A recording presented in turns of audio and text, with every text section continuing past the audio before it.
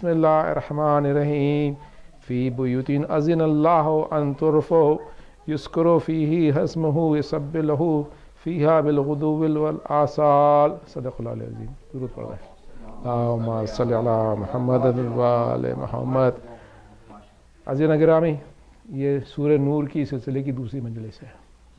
پہلی مجلس کے اندر میں نے اللہ کے نور کی بات کری تھی، جس میں اپنا ذکر کہا تھا اللہ نور السماوات والارض کر کے میں نے پوری آیت کی تفصیل بیان کری تھی، جس میں اللہ کے نور کو ڈیٹیل سے بات کی گئی تھی. یہ جو آج کی مجلس ہے 35ویں آیت سے لے کے 40ویں آیت کے بیچ میں مجلس چلتی رہے گی سورہ نور کی. تو فی بیوت اذن اللہ ان ترفع ویذکر فیہا اسمہ یسبح لہ فیہا بالغدو والآصال کی بات کریں گے آج. تو اللہ سبحانہ تعالیٰ کی جو نور کی جو بات کری گئی تھی ہم نے کہ اللہ کا نور کوئی قندیل میں ہے، وہ قندیل ایک طاق میں ہے، وہ طاق اور وہ جو قندیل ہے وہ اسی صاف و شفاف ہے، موتی سا چمکتا ہوا تارا. وہ جو ڈیٹیل آیا تھی اب میں اس کو ریپیٹ نہیں کرنا چاہ رہا ورنہ ٹائم نکل جائے گا. تو دراصل یہ جو آج جو پڑھی میں نے آج فی بیوت اذن اللہ ان ترفع، تو اللہ تعالیٰ اس قندیل کی بات کرے گا. وہ قندیل ہے کہاں؟ وہ قندیل ہے کہاں؟ تو اس آیت کا ترجمہ جو اردو میں وہ ہے یہ ہے کہ وہ قندیل ان گھروں میں ہے. ترجمہ سن لیں آپ. وہ قندیل ان گھروں میں جن کے بارے میں خدا نے کہا کہ وہ گھر بلند کیے جائیں اور خدا کا نام لیا جائے. وہاں یذکر فی اسمہ، یذکر فی اسمہ یعنی خدا کا نام لیا جائے. یسبح لہ فیہا بالغدو والآصال، اور ان گھروں میں صبح شام اس کی پاکی بیان ہو. یسبح لہ فیہا بالغدو والآصال. تو ان گھروں میں کی کیا نشانیاں؟ اللہ سبحانہ نے کہا کہ میرا نور ہے. میرا نور کہاں ہے؟ کہاں ہے گھر ایسے جہاں قندیل جس کی مثال اللہ نے دی جلتی ہے. کہا کہ کیا کہا اللہ نے؟ کہا کہ ان گھروں کے لیے کہا گیا کہ ان گھروں کو بلند کیے جائے. They are raised up houses.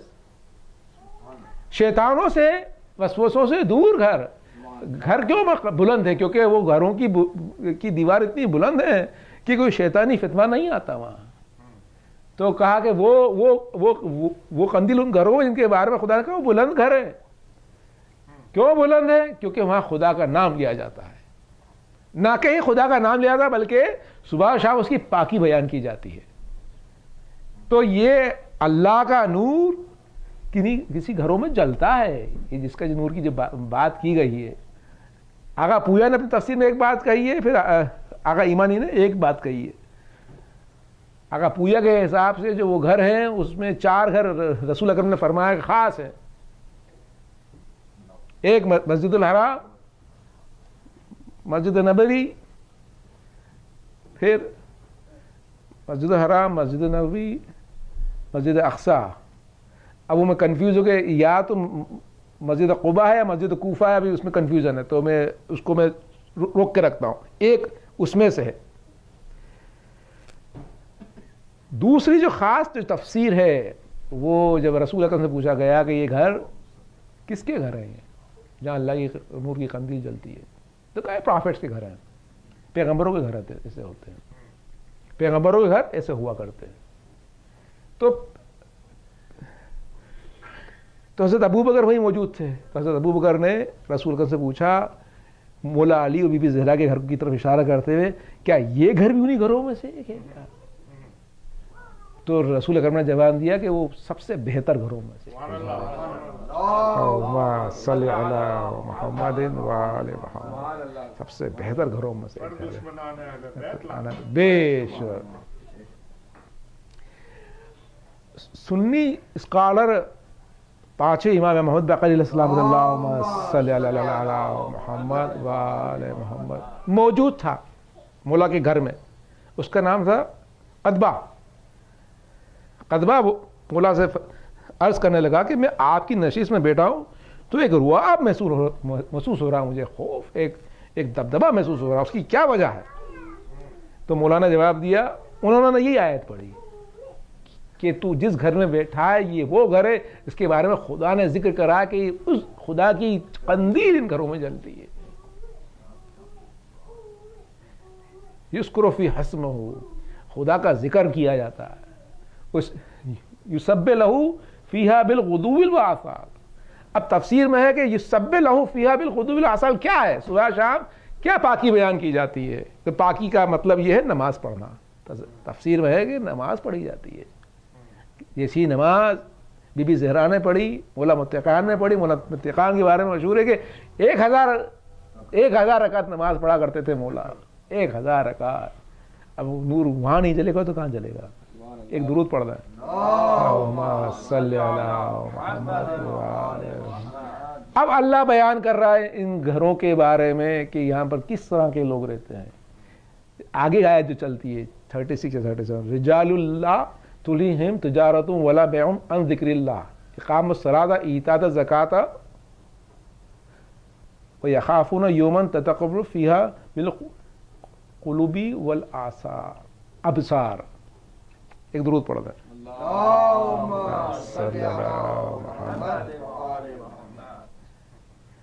یہاں ایسے لوگ رہتے ہیں جن کو کہ خدا کی یاد سے اور نماز پڑھنے سے اور زکوٰۃ دینے سے نہ تو سوداگری غافل کرتی ہے نہ خرید و فروخت. وہ اس دن سے ڈرتے ہیں جس دن کے مارے خوف کے دل اور آنکھیں دونوں اوپر چڑھ جائیں گی. کیا آیت ہے یہ! آیت در حقیقت میں اہل البیت کی شان میں آیت ہے. رجال اللہ تلہم تجارت ولا بیع عن ذکر اللہ اقاموا الصلاۃ وایتاء الزکاۃ ویخافون یوما تتقلب فیہا قلوب والابصار. ایسے لوگ ہیں. اب اس میں تفسیر میں یہ ہے کہ تجاروں و بیعوں، تجارت اور بیعوں خرید و فروخت دو چیزیں الگ الگ ہیں. تجارت ہوتی ہے جو کہ ڈیلی بزنس آپ کا جاب ہے آپ کا، اور بیعوں کیا ہے؟ Random purchasing. دو الگ الگ چیز ہوتی ہے. تجارت دونوں اللہ نے کہا تجارت میں بیعوں عن ذکر اللہ و اقام الصلاۃ و ایتاء الزکاۃ دونوں سے. تو حقیقت میں اگر ہم شیعہ ہیں مولا متقیان ہیں تو ہمارا فریضہ ہے کہ ڈیلی کے جابس اور شاپنگ اسپریز آپ کو اللہ کی یاد سے روکے نا. کوشش کریں کہ آپ جمعے کی نماز میں جائیں. یا ایھا الذین آمنوا اذا نودی للصلاۃ الجمعہ فاسعوا الی ذکر اللہ وذروا البیع. چھوڑ دو خرید و فروخت. ذالک خیر لکم ان کنتم تعلمون. تو اللہ سبحانہ تعالیٰ نے سورہ جمعہ میں فرمایا اور یہاں پھر فرمایا کہ اگر آپ حقیقت میں مومن ہو، حقیقت میں اگر مومن ہو تو آپ کا بزنس اور آپ کا بائنگ اسپری آپ کو اللہ کی یاد سے نہ روکے. ان ذکر اللہ و اقام الصلاۃ و ایتاء الزکاۃ ویخافون یوما تتقلب فیہا قلوب والابصار. کیوں؟ ہمارے مسئلے کیا ہے کہ ہم بزنس میں اور مرچنڈائز میں اتنے بزی ہو جاتے ہیں کہ یخافون یوما تتقلب فیہا قلوب الابصار بھول جاتے ہیں. یہ مسئلے ہیں اپنے. بات کی آیت بتا دی ہمارے مسئلے کیا ہیں. یخافون یوما تتقلب فیہا قلوب الابصار. لیکن لفظ کس اللہ نے استعمال کیے ہیں؟ اللہ نے لفظ اس طرح سے استعمال کیے ہیں. پروردگار عالمی اس طرح کی فصاحت و بلاغت کر سکتا ہے. یہ موضوع ہے کہ جس دن خوف سے اور آنکھیں اور دل دونوں اوپر چڑھ جائیں گے. آپ سوچیں امام حسن علیہ السلام درود پڑھیں صلی اللہ محمد وآل محمد. جب ان کو زہر دے چکے اور مولا کا معلوم ہے کہ اب جانے والا تشریف لے جانے والا اس دنیا سے، تو لوگوں نے ان کو گھیر لیا تو مولا گریا کرنے لگے. توجہ فرمائیں. تو لوگوں نے آگے کہا کہ مولا آپ کیوں گریا فرما رہے ہیں؟ تو مولا نے کہا کہ دو وجہ ہیں. کیا دو وجہ ہیں؟ کہ ایک وجہ تو یہ ہے کہ میں اپنے رشتہ داروں کو چھوڑ کے جا رہا ہوں، سب سے جدائی ہے میری. اور دوسری وجہ یہ ہے کہ مجھے قیامت دن خدا کے سامنے کھڑا ہونا ہے. امام کہہ رہے ہیں خدا کے سامنے کھڑا ہونا ہے. ہماری مصیبت کیا ہے کہ ہم نے قیامت کو بہت لائٹلی لے لیا ہے. ہماری سب سے بڑی جو مصیبت ہے قیامت کو، لقاء اللہ کو بہت لائٹلی لے لیا ہے. پتہ نہیں کون ذاکرین کیا پڑھ کے چلے گئے کہ لقاء اللہ لائٹلی لگنے لگی لوگوں کو. سب سے بڑا ظلم جو ہوا ہے ممبر سے یہی ہوا کہ لقاء اللہ کو لائٹلی لے لیا ہے. اگر آپ سفارش کو ہر طرف لے آئیں گے تو یہ آیت میں کہاں فٹ ہوں گے؟ یخافون یوما تتقلب فیہ القلوب والابصار. آپ سفارش کریں گے تو یہ آیت کہاں فٹ ہوگی بھائی؟ آیتوں کو فٹ کرو نا اپنی زندگی میں. ہر چیز سفارش آ گئی، اب سفارش آ گئی تو اس کا کیا ہے؟ اگر یخافون یوما تتقلب فیہ القلوب والابصار کی ایمان ہوگا تب جا کے آپ بزنس اور مرچنڈائز سے اپنے آپ کو الگ رکھ کے خدا کا ذکر کریں گے. لی یجزی اللہ احسن بما عملوا ویزیدہم من فضلہ واللہ یرزق من یشاء بغیر حساب. آگے آیت چل رہی ہے تاکہ خدا ان کو ان کے عملوں کا بہترین بدلہ دے، بلکہ اپنے فضل سے اور زیادہ دے. وَيَزِيدُهُم مِّن فَضْلِهِ وَاللَّهُ يَرْزُقُ مَن يَشَاءُ بِغَيْرِ حساب. جس کو خدا چاہتا ہے بے حساب رزق دیتا ہے. یہ خدا کی عادت ہے. اب دیکھیں آپ یہ عادتیں ہیں، ایک اہل البیت کی عادت ہے. اہل البیت کی عادت کیا ہے؟ دکھا دی اللہ نے کہ دیکھیں نور جب جلے گا گھروں میں جبکہ اہل البیت کے پیرو ہو گے. جب پیرو ہو گے تو خدا سے ڈرو گے، لقاء اللہ سے ڈرو گے، قیامت سے ڈرو گے، تو ہر چیز سے الگ ہو جاؤ گے تو اللہ بھی دکھے گا، تو پھر اللہ کی سنت سمجھ میں آئے گی اور قرآن کی خوبصورتی سمجھ میں آئے گی. لی یجزی اللہ احسن بما عملوا، بہترین اللہ بدلا دے گا. وہ یزیدہم من فضلی، میں اپنے فضل اور زیادہ دوں گا. واللہ یرزق بمن یشاء بغیر حساب، میں اتنا دوں گا کہ تم اس کا حساب نہیں کر پاؤ گے، حساب نہ کر پاؤ گے. اگر خدا کی اس قندیل کو تو جلاؤ گھر میں، اللہ اتنا دے گا کہ حساب نہ کر پاؤ گے. اب آپ سوچیں کہ اہل البیت کو اللہ نے کتنا دیا. کوئی سوچ سکتا ہے کہ جب اتنا ڈر ہے تو کیا دیا؟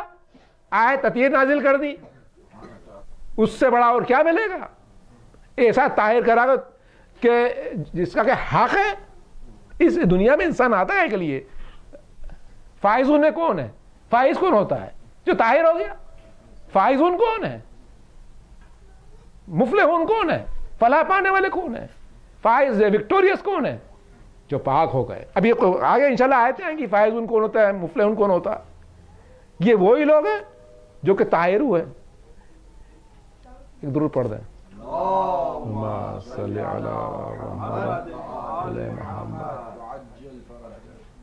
والذین کفروا اعمالهم کسراب بقیعۃ یحسبون ظمآن ماء حتی اذا جاءوا لم یجدوا شیئا وجد اللہ عندہ فوفاہ حسابا واللہ سریع الحساب. درود پڑھ دیں. اللہم صلی علی محمد وآل محمد. ایک طرف تو خداوند عالم اپنے نور کی مثال دے رہا تھا کہ کس طریقے سے اس کا نور،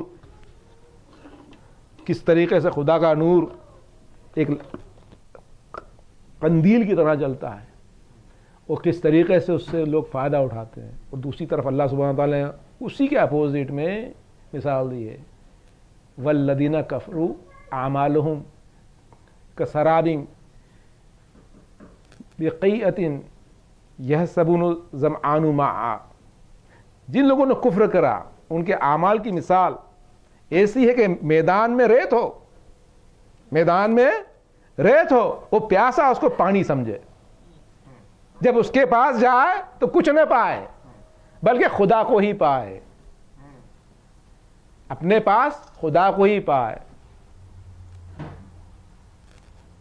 فوفاہ حسابا، تو خدا اس کو اس کا پورا پورا حساب دے دے، اور خدا جلد حساب لینے والا ہے. اس آیت کو میں تھوڑا ڈیٹیل پڑھوں گا انشاءاللہ. ایک درود پڑھ دیں. اللہم صلی علی محمد وآل محمد. اللہ سبحانہ تعالیٰ کہہ رہا ہے کہ ابھی تو تم نور کی باتیں کر رہا تھا، اتنے شاندار نور کی، اور اتنا نور چمکتا ہے اور تارے کی طرح چمکتا ہے اور اتنی روشنی ہے. اب کہہ رہا دیکھو والذین کفروا اعمالهم، جنہوں نے کفر کرا ان کے اعمال کی مثال ایسی ہے جیسے میدان میں پیاسا ریت کو پانی سمجھے. جب اس کے پاس جائے تو کچھ نہ پائے.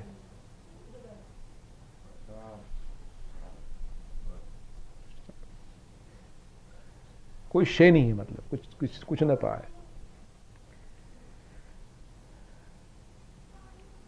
بلکہ خدا کو ہی پائے. وہ خدا اس کو بس کا بدلہ دے دے. فوفاہ حسابا واللہ سریع الحساب. اس آیت کو میں ریپیٹ کروں گا بار بار انشاءاللہ، تھوڑا اس پہ توجہ دیں گے. پھر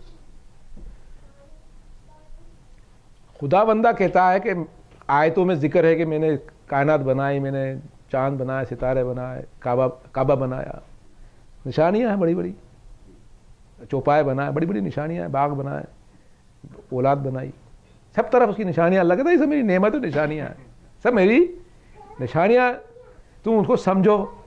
دودھ بنایا، شہد بنایا، سب کی مثالیں ہیں. انگور بنائے، کھجور بنائی، عورتیں اور بچے بنائے، الگ الگ طرح کے کھانے بنائے، یہ محل بنائے، ہر چیز بنائی، جھرنے بنائے. کہا دیکھو مجھے دیکھو میں کتنا واضح ہوں. تم مجھے ہر طرف دیکھ لو میں کتنا واضح ہوں. اب تم سب دیکھو مجھے. آئس کریم بنائی، طرح طرح کے کھانے بنائے، چینی کے برتن بنائے، چاندی سونا سب کچھ بنایا. پھر کہتا مجھے دیکھو تم. اور انسان، کمبخت انسان، اس کے بعد بھی خدا کو دیکھ نہیں پاتا. کمبخت نفس خدا کو دیکھ نہیں پاتا. کہتا ہے دیکھ کے بھی بات کو سمجھتا نہیں. قرآن میں کہا نا انسان کو چاہیے اپنے کھانے کی طرف دیکھے. قرآن کی آیت ہے انسان کو چاہیے اپنے کھانے کی طرف دیکھے. اب آپ کے پاس پلیٹ کھانا سامنے آ گیا، آپ کو اس میں ہر طرح کی نعمت دکھے گی، پلاؤ بھی دکھے گا، بریانی دکھے. اللہ کہہ رہا ہے انسان کو چاہیے کھانے کی طرف دیکھے. اس میں تفسیر میں کہ کھانا ایک یہ بھی ہے جو کھانا دکھتا ہے اور دوسرا روحانی کھانا ہے. دونوں کھانوں کو دیکھے انسان. اب دونوں کھانا دیکھ رہا ہے آدمی، بسم اللہ الرحمن کر کے کھانا کھا بھی رہا ہے، اور سب کھلی نشانیاں بھی دکھ رہی ہیں کہ روٹی الگ ہے، گیہوں الگ ہے، گوشت الگ ہے، بریانی الگ ہے، کھیر الگ ہے، اس میں چھوارے بھی ڈلے ہیں، سب دکھ رہا ہے. اللہ کہہ رہا ہے دیکھو اس کو دیکھو، ان نعمتوں کو دیکھو، وہ مجھے یاد کرو، شکر کرو اور اطاعت گزار ہو جاؤ. لیکن کمبخت انسان اللہ کو دیکھتا نہیں. کہتا کہ ابھی بھی مجھے دکھ نہیں رہا اللہ. تو اللہ کہتا ہے کہ تو مجھے یہاں نہیں پہچان پایا. ارے تو چل وہاں ریگستان میں چل. تو اب تو ریگستان میں چلے گا، ایک کافر کی مثال ایک پیاسے ریگستان میں انسان کی طرح ہو جاتی ہے.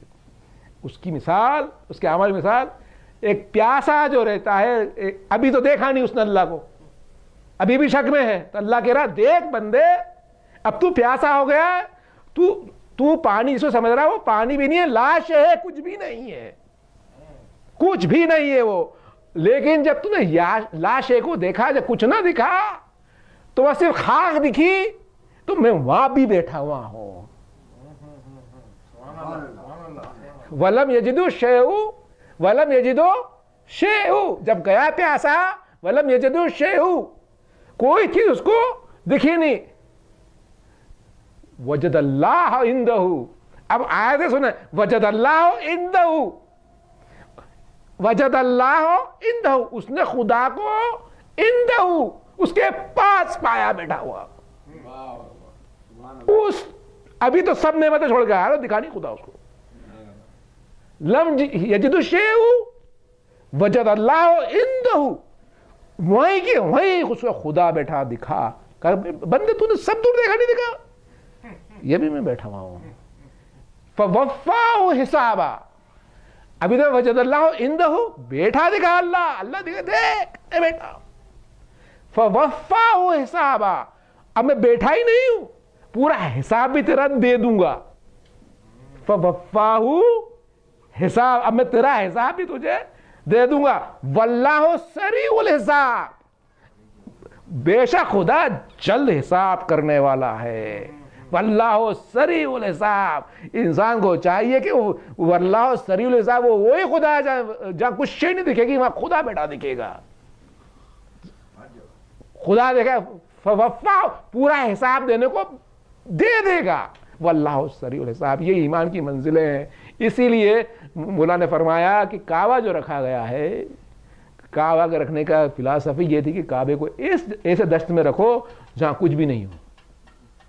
کعبے کو ایسے اس لیے رکھا گیا، وہاں نہریں نہیں ہے، پانی نہیں ہے، کچھ بھی نہیں ہے. تو بندہ جائے گا اگر کعبے کی زیارت کرنے، اللہ سبحانہ تعالیٰ کی مصلحت یہ ہے کہ اس کو دنیا کا کوئی اٹریکشن نہ دکھے سوائے خدا کے گھر کے، تاکہ جو جائے اس نیت سے نہیں جائے کہ خدا نہ خدا پکنک بنانے جا رہا ہے. آپ واقعی جب جاتے ہو کعبے کی طرف تو آپ کو ایک طرح کی ہیبت محسوس ہونا شروع ہو جاتی ہے، کیونکہ صرف دشت دکھتا ہے، وہ بھی ریگستان. اس ریگستان میں آپ کو پھر خدا کا جب آپ دیدار کرتے ہو گھر کے تو آپ کو لگتا ہے وجد اللہ عندہ فوفاہ حسابا. ہماری امید ہوتی ہے جب ہم حج کو جاتے ہیں تو اللہ سبحانہ تعالیٰ ہمارے گناہوں کو بخش دے. واللہ سریع الحساب، بے شک اللہ جلد حساب لینے والا. ایک درود پڑھ لیں، اللہم صلی علی محمد وآل محمد. یہ جو نور، ایک طرف نور کی منزل ہے اور ایک طرف کفر کی منزل ہے. یہ جو نور کی منزل کی بات یہ ہے، مثال یہ ہے کہ نورانیت جو ہے، اس نورانیت کے اوپر میں 2 باتیں کروں گا انشاءاللہ. کہ نورانیت کی ایک طرف بات کرے گئی، ایک طرف ریگستان کی بات کری گئی. تو کسی نے سید سجاد سے پوچھا، درود پڑھا اللہم صلی علی محمد وآل محمد، کہ آپ کو نماز شب اتنی عزیز کیوں ہے، اتنی عبادتوں میں اتنی اعلیٰ کیوں سمجھتے ہیں آپ؟ تو مولا نے فرمایا کہ نماز شب جب آپ پڑھتے ہو تو خدا اپنی طرف سے نور کی چادر آپ کو پہنا دیتا ہے. ایک نور آپ کی طرف اللہ بھیجتا ہے. اور یہ نماز شب پڑھنے والا اس کو سمجھ سکتا ہے کہ یہ نور آتا کیسے ہے. جب نماز شب جو انسان پڑھتا ہے، مولا متقیہ نے فرمایا کہ میں نے اپنی زندگی میں ایک بھی نماز شب قضا نہ کری، ایک بھی. کیونکہ کہا کہ رسول اکرام نے جو اس کی برکت، جس کی فضیلت جو بتائی مجھے، تو میں نے زندگی میں ایک بھی نماز شب قضا نہ کری. رسول اکرم کا فرمان ہے کہ جو شخص کسی مسلمان کی صحیح شہادت دے گا تو اس کے قیامت دن اس کا چہرہ نور سے چمکے گا، وہ نورانیت آئے گی. اور پھر کہا کہ جو شخص ظلم کرے گا، یہ بھی حدیث ہے رسول اکرم کی، تو اس کا چہرہ سیاہ ہو جائے گا، اس کا چہرے میں سیاہی برپا ہو جائے گی.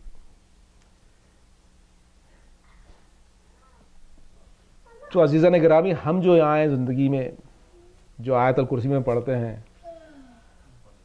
کہ اللہ سبحانہ و تعالیٰ اندھیرے سے لے کے روشنی طرف لے کے جاتا، تو ہماری زندگی کا جو مقصد جو ہے وہ پاک ہونا ہے اور اس نور کی زیارت کرنا ہے. اس نور کی زیارت کرنا ہے جو کہ نماز شب کے دوران ظاہر ہوتا ہے. ہماری زندگی کا ہم سب کو مقصد یہی بنانا چاہیے کہ اللہ سبحانہ و تعالیٰ اس نور کی، سید سجاد نے بات کری، ہم کو بھی تو اس نور کی چادر میں ہمیں لپیٹ دے.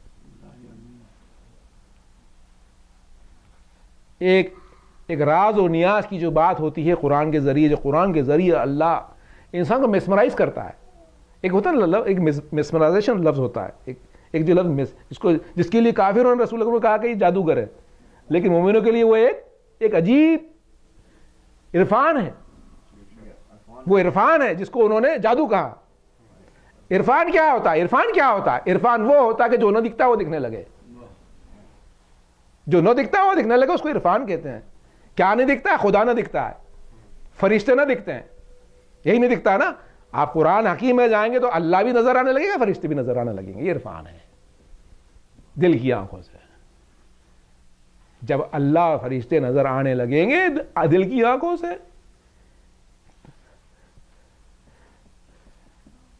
تو یذکر فی اسمہ ہو جائے گا، خدا کا نام لوگا، وہ یسبح لہ فیہا بالغدو والآصال ہونے لگے گا.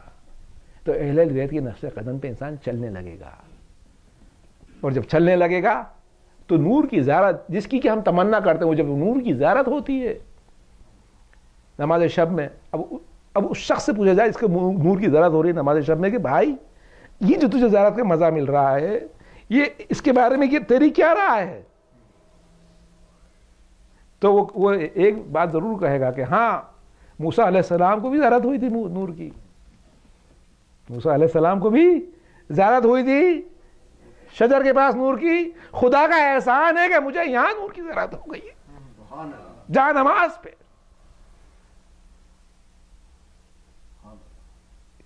اسی لیے رسول اکرم نے کہا کہ میں اپنی 2 رکعت نماز شب کے لیے بدلے دنیا کو پوری قربان کر سکتا ہوں، صرف 2 رکعت کے لیے. یہ دنیا ہیچ ہے،